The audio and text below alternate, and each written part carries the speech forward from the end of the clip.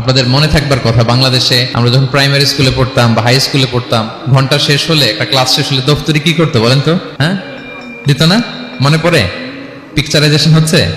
আচ্ছা, প্রচন্ড আওয়াজে ওই বেলের মধ্যে বাড়ি দিত, তখন আমরা বুঝতাম কি একটা ঘন্টা হয়েছে। এক ক্লাস শেষে একটা দিত, দুই ক্লাস শেষে দুইটা, ক্লাস যখন সব শেষ তখন অনেকগুলো দিত, তো বুঝতাম যে ছুটি আমাদের। এরকম রিঙ্গিং বেল, বেল যদি বাজানো হয়, ঘন্টা বাজানো হয়, এটার যেরকম বিকট শব্দ, এরকম বিকট আওয়াজে মাঝে মাঝে কোরআন নাজিল হতো। রাসূল সাল্লাল্লাহু আলাইহি ওয়াসাল্লাম বলেন, এই প্রসেসে কোরআন রিসিভ করা আমার জন্য বড্ড কষ্টকর ছিল। আম্মা জান আয়েশা রাদিয়াল্লাহু তাআলা আনহা বলেন, প্রচন্ড শীতের রাতে আমরা কাঁপতাম শীতে, আর বিষ্ণু সাল্লাল্লাহু আলাইহি ওয়াসাল্লাম থামতেন। ওয়া ইন্না জাবিনাহু লা ইয়াতাফাসসাদু আরাফান, আমরা শীতে কাঁপতাম, কম্বল জড়িয়ে রাখতাম, আর বিষ্ণু নবীর কপাল বেয়ে ঘাম ঝরতো। সুবহানাল্লাহি ওয়া বিহামদিহি।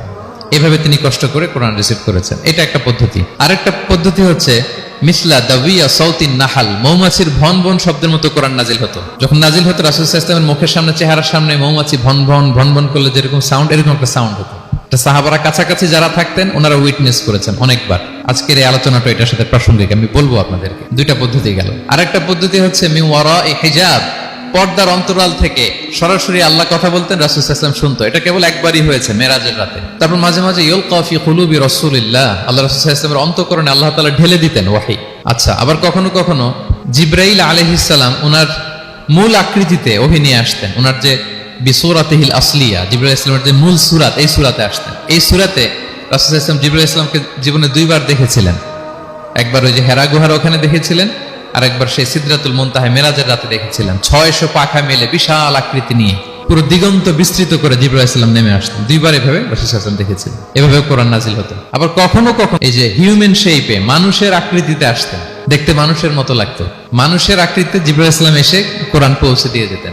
বিষ্ণু সাল্লাল্লাহু আলাইহি ওয়াসাল্লাম বলতেন, এই প্রসেসে ওহী রিসিভ করা আমার জন্য সবচেয়ে সহজ ছিল।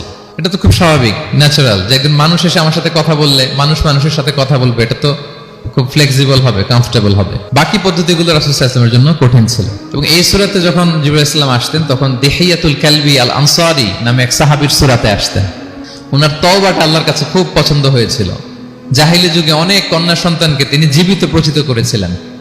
পরে একবার এমন রিপেন্টেন্ট হলেন, অনুতপ্ত হলেন, অনুশোচনায় পড়ে আল্লাহর কাছে এমন কান্না করলেন, আর অনুশোচনার চোখের পানি আল্লাহ বড্ড পছন্দ করেন। অনুতপ্ত বান্দা যখন অনুতপ্ত হয়ে কাঁদে, তার চোখের পানি তার চোখ বেয়ে, নাক বেয়ে জমিনে ড্রপ করার আগে আল্লাহ বান্দাকে মাফ করে দেয়। তো আল্লাহর কাছে এত পছন্দ হয়েছিলেন, মানুষের সূরাতে আসলে ওনার সূরাতে এসে তিনি কোরআন দিয়ে যেতেন বিষ্ণু সাল্লাল্লাহু আলাইহি ওয়াসাল্লামকে।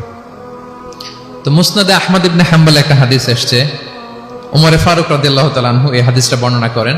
তিনি বলেন যে আমরা একবার বিষ্ণু সাল্লাল্লাহু আলাইহি ওয়াসাল্লামের পাশে বসা, হঠাৎ সামি'না দাবিয়া সাউতিন নাহাল, মৌমাছির ভনভন ভনভন শব্দ শুনতে পেলাম, কিন্তু তাকিয়ে দেখি কোনো মৌমাছি নাই। তখন বুঝলাম যে রাসূল সাল্লাল্লাহু আলাইহি ওয়াসাল্লাম ওহী রিসিভ করছেন। কি রিসিভ করছেন? ওহী রিসিভ করছেন। ঠিকই রাসূল সাল্লাল্লাহু আলাইহি ওয়াসাল্লাম কিবলামুখী হলেন, ফাস্তাকবালাল কিবলা। অনেকক্ষণ তিনি চুপ করে গম্ভীর হয়ে বসে থাকলেন, ওহী রিসিভ করলেন। এরপর সাহাবাদের দিকে তাকিয়ে উনি হেসে দিলেন। হেসে বললেন, এইমাত্র সূরাতুল মুমিনুনের প্রথম 10টা আয়াত আমার উপর নাজিল হয়েছে, এবং এই 10টা আয়াতে মুমিনদের 7টা বিশেষ বৈশিষ্ট্যের কথা বলা হয়েছে।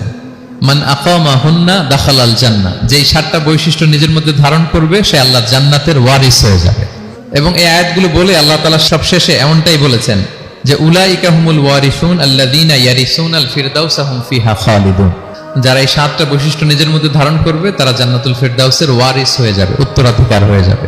তো দেখেন আল্লাহ তাআলা এই শব্দটাই, লিটারালি এই শব্দটাই ব্যবহার করেছেন যে আল্লাযীনা ইয়ারিসুনাল ফিরদাউসা হুম ফিহা খালিদুন।